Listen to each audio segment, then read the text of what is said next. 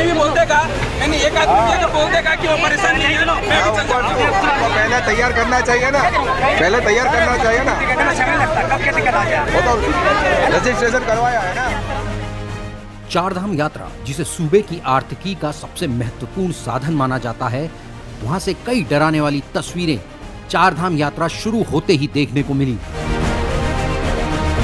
श्रद्धालु नारे लगाते हुए देखे गए तो कहीं सरकारी बदइंतजामी का हाल बताते हुए वो नजर आए। कई श्रद्धालुओं को बिना दर्शन किए ही वापस लौटना पड़ा। इस तस्वीरों के पूरे देश में फैल जाने के बाद और राष्ट्रीय मीडिया में जमकर चारधाम यात्रा की बदइंतजामी की कवरेज से सरकार की आंखें खुली। सीएम खुद अब यात्रियों के बीच पहुंच रहे हैं, लेकिन सरकार बहुत देर हो गई। हालात ये हैं कि भारत सरकार के गृह विभाग को हस्तक्षेप करना पड़ा और कहना पड़ा कि हम मॉनिटरिंग करेंगे। दरअसल 10 मई से यात्रा शुरू हुई और सरकार के इंतजामों की कलई खुल गई। गंगोत्री, यमुनोत्री और केदारनाथ से भीड़ के समंदर की तस्वीरें सामने आने लगी। केदारनाथ में तो 18 दिनों में 5 लाख श्रद्धालुओं ने दर्शन किए। यमुनोत्री पैदल मार्ग पर जाम जैसे हालात बन गए। यात्रा मार्ग पर कई घंटों का जाम लगा रहा। ट्रैफिक और भीड़ दोनों प्रशासन के नियंत्रण से बाहर हो गए, जिसके बाद डैमेज कंट्रोल के लिए अधिकारियों ने कहना शुरू कर दिया कि यात्री बड़ी संख्या में धामों में पहुंच रहे हैं।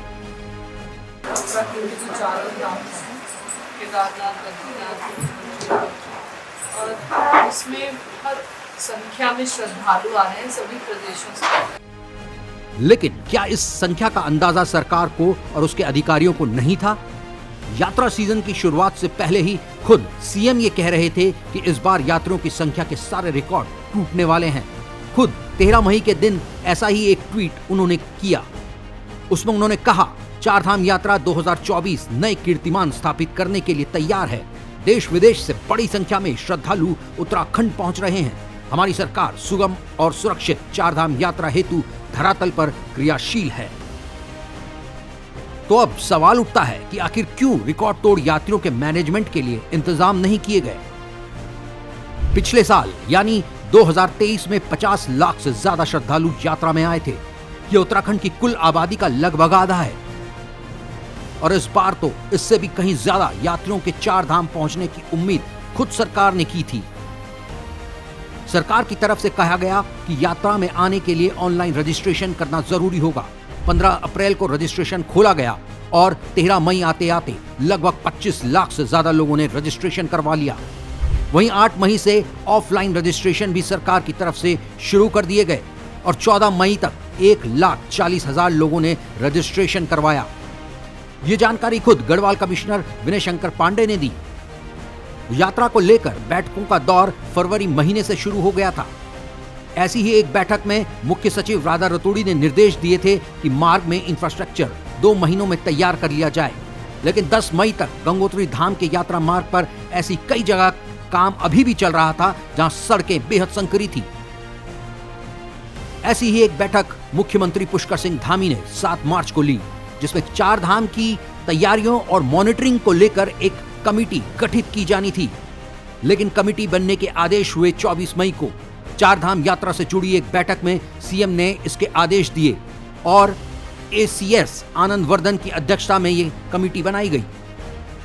ट्रैफिक संभालने की जिम्मेदारी जिलों के पुलिस कप्तान और डिप्टी एसपी को दी गई। लेकिन यमुनोत्री और गंगोत्री धाम से जब ट्रैफिक जाम की तस्वीरें आने लगी तो सरकार के हाथ पांव फूल गए और आनंद फानन में मुख्यमंत्री के सचिव मीनाक्षी सुंदरम को गंगोत्री और यमुनोत्री धाम में कैंप करने को कहा गया।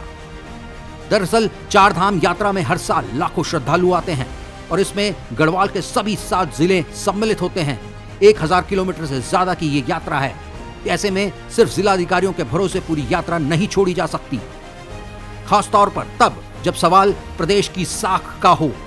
इसके अलावा 7 जिलों की ट्रैफिक व्यवस्था का भार जिलों के पुलिस अधिकारियों के ऊपर नहीं डाला जा सकता। इसके लिए एक सेंट्रलाइज सिस्टम होना चाहिए। अगर सही समय पर सटीक आकलन सरकार और उसके बाबुओं ने किया होता और पहले ही किसी बड़े अधिकारी को ग्राउंड पर भेजा होता तो प्रदेश की छवि पूरे देश में खराब ना हुई होती। चारधाम यात्रा की शुरुआत के बाद ऐसा लग रहा था सरकार अपने निर्णय आपाधापी में ले रही है। किसी तरह की प्लानिंग उनके निर्णयों में दिखाई नहीं दे रही थी। ऐसा ही एक निर्णय ऑफलाइन रजिस्ट्रेशन को लेकर था। अचानक 31 मई तक रजिस्ट्रेशन बंद कर दिए गए, जिसकी वजह से कई यात्रियों को बेहद परेशान होना पड़ा। कई ऋषिकेश में ही रुक गए तो कईयों को धामों के आधे रास्ते से वापस लौटना पड़ा। जो निर्णय सरकार ने 15 मई के बाद लिए, वो अगर वो पहले ही लिए होते तो मुख्यमंत्री धामी को डैमेज कंट्रोल के लिए सड़क पर नहीं उतरना पड़ता। इसमें सरकार की बदनामी तो है, साथ ही अफसरों की नाकामी भी दिखाई देती है। और अब जो निर्णय सरकार ले रही है उससे स्थानीय लोगों में रोष है। सरकार अब जगह जगह यात्रियों को रोक रही है, जिससे धामों पर यात्रियों का दबाव कुछ कम हो सके, लेकिन स्थानीय लोग इससे बहुत नाराज हैं।